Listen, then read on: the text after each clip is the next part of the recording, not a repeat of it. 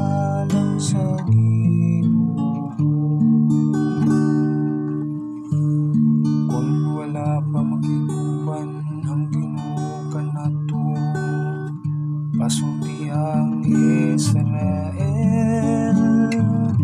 Kung wala pa makiguban ang Ginoo kanato, diha nga misukol ang mga tawo, bato kanato.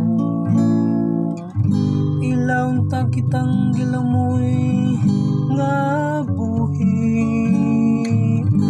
diha nga ilang kapungot, nahaling bato kanato. Ang atong hinabang anaa sa ngalan sa Ginoo. Unya malumsan ta kita sa katubigan, mabanlas unta kita ug masulong nga sapa.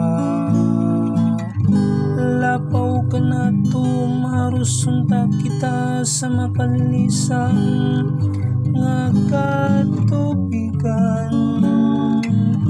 Daigon ng Ginoo kay wala kita niya biyain, nga usa katubunon sa ilang mga ngipon. Ang atong hinabang anaa sa ngalan sa Ginoo.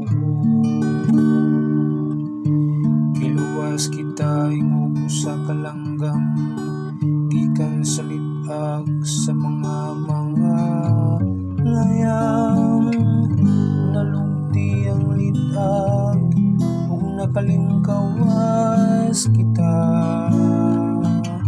Ang atong hinabang ana sa ngalan sa Ginoo, nga nagbuhat sa langit ug sa yuta. Ang atong hinabang anaa sa ngalan sa Ginoo. Ang atong hinabang anaa sa ngalan sa